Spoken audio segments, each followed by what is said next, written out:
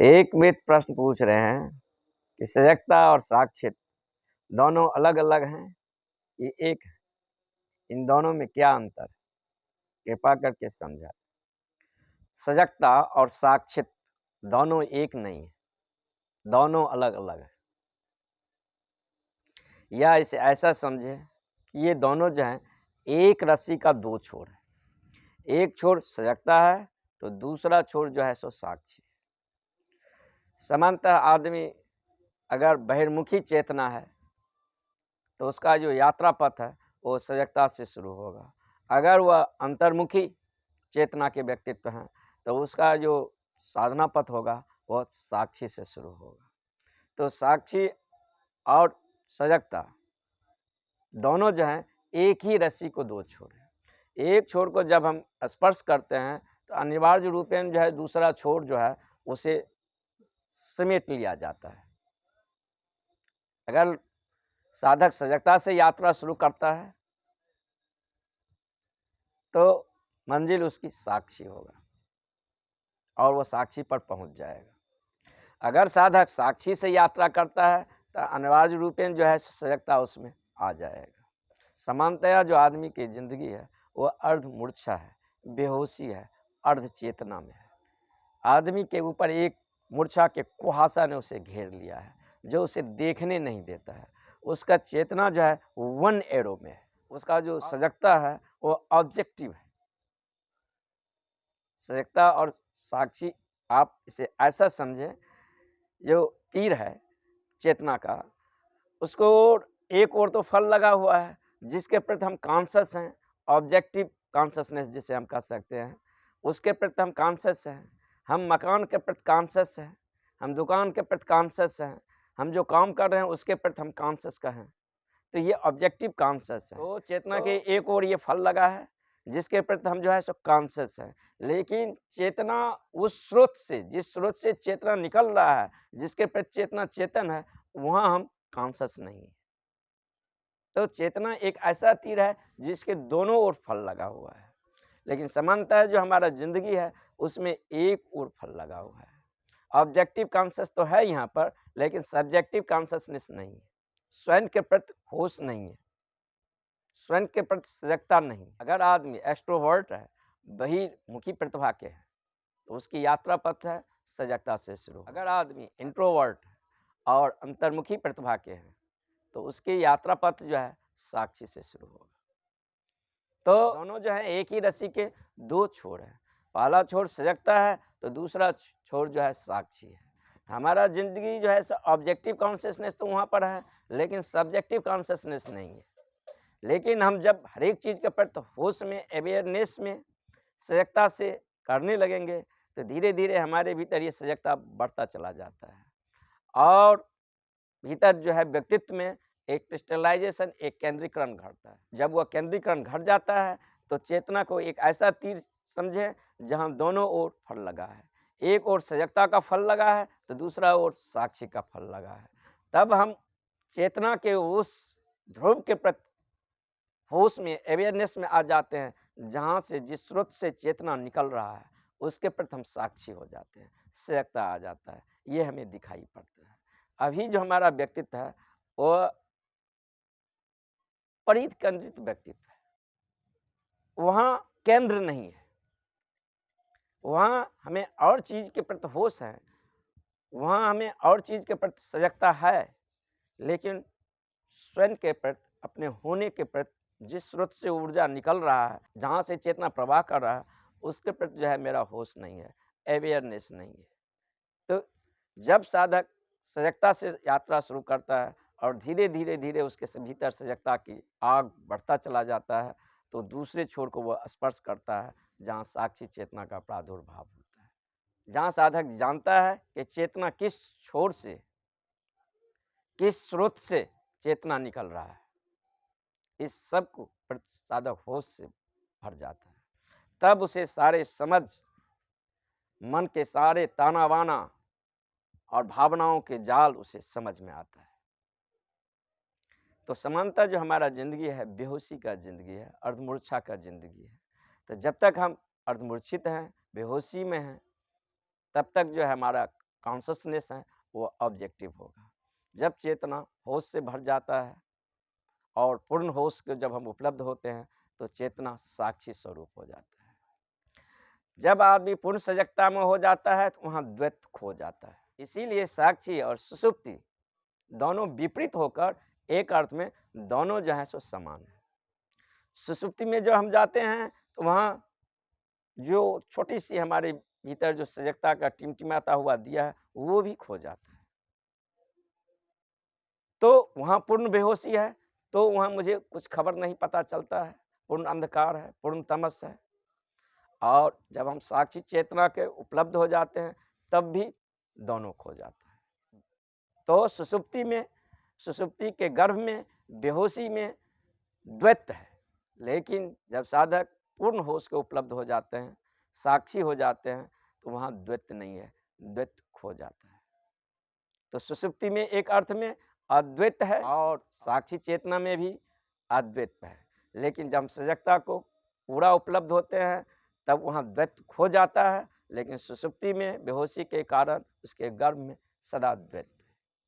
तो इस सजगता को, इस होश को, इस साक्षी भाव को कैसे उपलब्ध किया जाए? क्योंकि संपूर्ण योग हो, तंत्र हो, सांख्य योग हो, राजयोग हो, कहीं से भी किसी मार्ग से अगर हम यात्रा करते हैं तो उसका अवधारणा एक ही है कि हम साक्षी चेतना को उपलब्ध हो जाए। अगर साक्षी चेतना नहीं है मनुष्य में तो मनुष्य फिर मुक्त नहीं हो सकता। तो इस साक्षी चेतना को कैसे उपलब्ध किया जाए, इसके लिए ये मार्ग है, इसके लिए विधियां हैं, इसके लिए योग है, प्राणायाम है, नियम है, आसन है, प्रत्याहार है, ध्यान है, धारणा है, समाधि। इन सब प्रोसेसों पर जब हम काम करते हैं तब हमारे भीतर एक क्रिस्टलाइजेशन घटित होता है, केंद्रीकरण घटित होता है। तब हम एक साथ केंद्र के भी प्रति होश में होते हैं और परिध के प्रति भी होश में होते हैं। और जो केंद्र और परिध दोनों को जानता है वह थर्ड पॉइंट हो गया, वह तुरीय हो गया, जिसे उपनिषद द फोर्थ कहा जाता है। उसे कोई नाम नहीं दिया गया है, क्योंकि नाम जितना हम देते हैं वो नाम तो है नहीं, वो हमारा दिया गया लेवल है। वो नाम से कोई मीनिंग और अर्थ स्पष्ट नहीं होता, इसीलिए उसे अनाम रखा गया है। तो हम तीसरा पॉइंट को छूते हैं। बेस में 2 पॉइंट हो गया और दोनों पॉइंट जब बेस में आ गया तो एक ट्रायंगल बना। तीसरा शीर्ष पॉइंट पर जो है साक्षी चेतना को उपलब्ध हो गया। सर्वसार उपनिषद में एक श्लोक आता है, स्थान नृत्य सदानंद शुद्धो ज्ञानमयो मला आत्मा हनं सर्वभूतानां विभु साक्षी नांग न संशय। संपूर्ण चराचर ब्रह्मांड को मैं कर्ता के भांत नहीं साक्षी के भांत एक साथ धारण किया हूँ। मैं संपूर्ण ब्रह्मांड को साक्षी हूँ। परमात्मा जो है वो साक्षी मात्र है। साक्षी चेतना नृत्य कर सकता है। एक कर्ता जो समान स्थिति में हम समझते हैं अपने को, उस पर बहुत सारा बंधन होता है। जब भी हम कर्ता के भाव से जुड़ जाते हैं तो अनेक सारे गुलामियाँ, अनेक सारे लॉ प्रकृति के हमारे ऊपर काम करना शुरू कर देता है और आदमी एक बंधन में, एक जंजीर में अपने को जकड़ा हुआ महसूस करता है। जब ये चेतना अपने चरम शिखर में अंतिम खिलावट को उपलब्ध होते हैं, ओमेगा पॉइंट को हम स्पर्श करते हैं, तब वहाँ एक साक्षी चेतना का जन्म होता है और साक्षी चेतना ही नृत्य कर सकता है। जब जीवन में उदासी हो, दुख हो, सुख हो, पीड़ा हो, परिध पर ये सब होता भी रहेगा, लेकिन ये परिध की हवाएं हैं।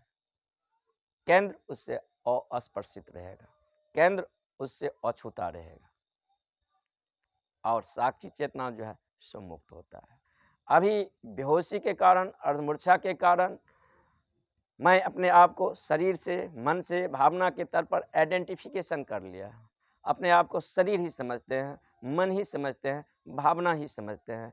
परिध पर जैसे हवा होता है, दुख का, सुख का, उदासी का, उसी हवा में हम डोलने लगते हैं, क्योंकि हमारा अपना कोई केंद्र नहीं है, क्योंकि हमारा व्यक्तित्व जो है सो परिध लेवल पर व्यक्तित्व है, उससे हमारा आइडेंटिफिकेशन हो गया है। ये आइडेंटिफिकेशन तभी टूटता है जब हमारे भीतर एक चेतना को उदय होता है, जिसे हम साक्षी चेतना कह सकते हैं। तो यह जब हम अपने भीतर योग पर काम करते हैं तो हमारे भीतर एक क्रिस्टलाइजेशन घटित होता है और एक केंद्र को निर्माण होता है। उस केंद्र को जब भी हम स्पर्श करते हैं तो अनिवार्य रूपेण जो है वहाँ साधक को भीतर एक प्रज्ञा का जन्म होता है और अभी तक जो अपने आप को शरीर मन भावनाओं के साथ आइडेंटिफिकेशन किया है वह जो है टूट जाता है। इसके तोड़ने के लिए कुछ नहीं करना पड़ता है। हमें तथाकथित धर्म ये समझाता है आप शरीर नहीं है, मन नहीं है, भावना नहीं है, कितना ही बात को हम दोहराएंगे, लेकिन मुझे तो हकीकत में यही दिखाई देता है मैं शरीर हूँ, मैं मन हूँ, मैं भावनाओं हूँ। जब इस प्रकार के मन में उद्वेग आता है, भावनाओं में कोई कंपन आता है तो मैं उससे द्रवीभूत हो जाता हूँ, मैं उससे कँपता हूँ, मेरा उसके साथ तादात्म्य है। इस बेहोशी, इस अर्धमूर्छा को तोड़ने के लिए तो क्या किया जाए, कैसे टूटेगा? तो दो मार्ग है, एक भक्ति, दूसरा योग। भक्ति मार्ग कहता है, भक्ति मार्ग नहीं है। भक्ति मार्ग नाम का शब्द ही बकवास है। तंत्र एक मार्ग है, योग मार्ग है, सांख्य मार्ग है, राजयोग मार्ग है, ये सब मार्ग है। यहाँ विधियां हैं, जहाँ विधियां हैं वहाँ मार्ग है।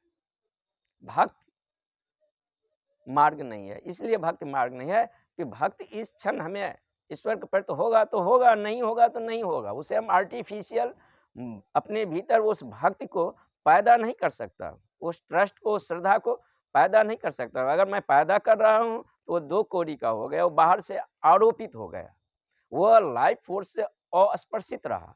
और जब जिसमें प्राण ही नहीं होगा वह चीज मुर्दा होगा। तथाकथित जब हम मंदिर में, मस्जिद में पूजा प्रार्थना करते हैं तो ऐसा है जैसे मृतवत हम मंदिर में जाते हैं, उसमें जीवन नहीं है, वह एक क्रियाकांड करके हम निपटारा कर लेते हैं। नहीं तो इस क्षण अगर चेहरा पर हंसी है तो हंस सकते हैं, हंसी जबरदस्ती नहीं लाया जा सकता है। और जबरदस्ती जो हंसी लाया जाएगा वो आरोपित चेहरा पर होगा, उसमें चेहरा पर उस हंसी का दृश्य होगा, लेकिन भीतर प्राण जो है उससे अछूता रहेगा, अस्पर्शित रहेगा। तो भक्ति होगा तो होगा, नहीं होगा तो नहीं होगा, उसके लिए हम कुछ कर नहीं सकते। तो योग और साधना पर जब साधक पूरा काम कर लेता है तब साधक जो है सो अंतिम में भक्त बनता है। भक्त बहुत बड़ी बात है। भक्त का मतलब कि हम टोटल अब सरेंडर कर रहे हैं। अब मैंने देख लिया मुझसे जो होना है, मुझसे जो करना है, जहाँ तक ये जो मेरा भ्रम था ये टूट गया। मैं ऐसा करूँगा, ऐसी विधियों पर काम करूँगा या ऐसा करूँगा सजगता पर काम, अब मैं उस चीज़ को उपलब्ध हो जाऊँगा। तो ये कर्ता का भ्रम जब टूटता है तब व्यक्तित्व में एक सरेंडर की भावना होता है और वहाँ भक्ति का जन्म होता है। तो भक्ति को आर्टिफिशियल रूप से पैदा नहीं किया जाएगा कि घर में हम मूर्ति का स्थापना कर लिए हैं, रोज क्रियाकांड के भांति उसे हम पूजा करते हैं, प्रार्थना करते हैं, दोहरा देते हैं मंत्र और निपटारा कर लेते हैं। वह प्रार्थना ही क्या जो मनुष्य के व्यक्तित्व में एक रूपांतरण न ला दे। अगर हम आज मंदिर में प्रार्थना करते हैं, पूजा करते हैं, उसके बाद निकलते हैं तो मेरे व्यक्तित्व में कोई परिवर्तन नहीं होता है। मैं देखता हूँ सदियों से आदमी प्रार्थना कर रहा है, पूजा कर रहा है, लेकिन वह कल जैसा था आज उसका स्थिति उससे भी बदतर है। उसके व्यक्तित्व में कोई ट्रांसफॉर्मेशन नहीं होता है।